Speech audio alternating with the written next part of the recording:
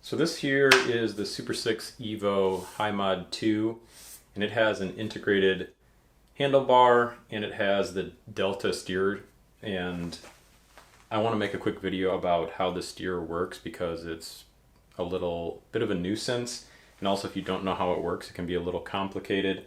I'm going to take this apart and show you why I found it to be complicated. It's actually simple once you figure it out, but I didn't assemble this bike. It came assembled, and the way it was assembled, it made it a little difficult to understand exactly how the top cap works with the steerer tube and the stem. So I'm going to take that apart and show you exactly how that works.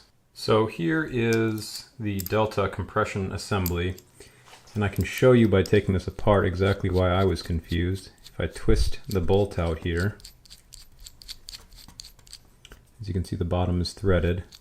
So the bolt comes out, and then you have essentially this bottom threaded piece, this cap piece, and then you have three separate pieces here for the wedge that are rubber banded together. And the reason I was confused is when I received the bike, let's see if I can focus this.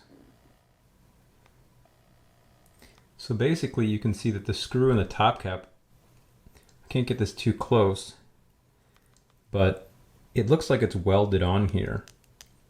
And so it looks like one piece. So essentially what happens is as you tighten this, what happens is it just compresses this and it doesn't actually pull the stem down and tighten the headset. And that's the problem I was having.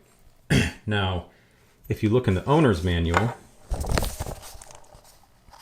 you can actually see here that this is the part of the assembly, and the lip piece here actually is separate from the actual cap that goes on top. And that's how I knew that this isn't actually all one piece, even though on close inspection it looks very much like it's all one piece. So mine was actually on here so tight that I had to use the 5mm on top and a pliers and really put a lot of force to get it apart. And that's why originally I thought it was one piece, because it was so tight. But actually this screws out, and that was the mystery to me. So once you find that out, it's actually much simpler. So I can thread this through.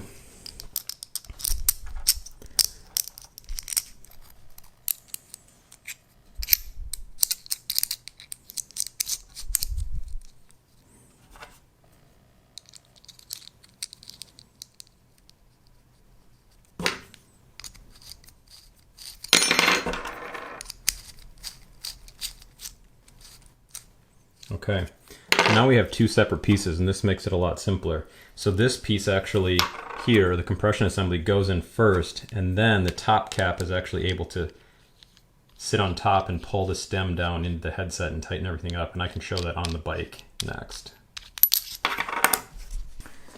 So as you can see here, we have the triangular steerer with the two wedges and the stem around it. The stem is loosened. The wedge piece drops in, and the lip catches on the steerer. Now my steerer is a little lower than the top of the stem, and if it was tightened in that place, the threads on the top cap don't actually catch on the wedge. So what I do is I'm just going to lift this up slightly.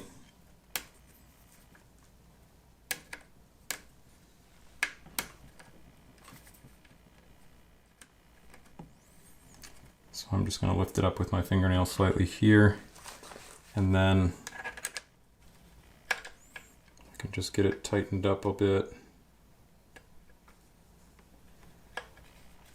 And you just want to test,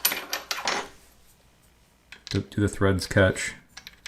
And in this case, the threads do catch, which is what we want. So that's at a good height. And then I'm just going to use 4mm on my torque wrench to 4 Nm of torque.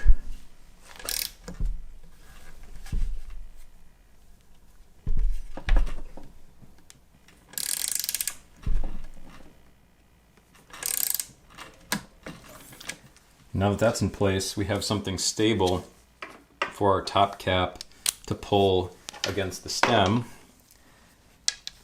Slide the top cap on, spin it in place. Now this is a 5mm for 4 Nm. Put that in place. Make sure slowly tighten that down. What this is doing is compressing that stem. Got the right torque now. And so now we've compressed the stem against the spacers, against the bearings, and so we have a nice tight headset here in the head tube, so that the steerer all the way through the stem and the head cap is all very tight. And now we can tighten up the two 4mm bolts on the side of the stem here, and that will hold everything together and be really tight. So for anybody out there who has one of these Delta steerer units, that was initially confusing for me, but once you understand that there's actually two pieces for the head cap and the bolt that go through the compression unit, it's pretty simple to figure out. So hopefully this helps for somebody else out there with a bike with this same design. Leave some comments in the comments section. Thanks.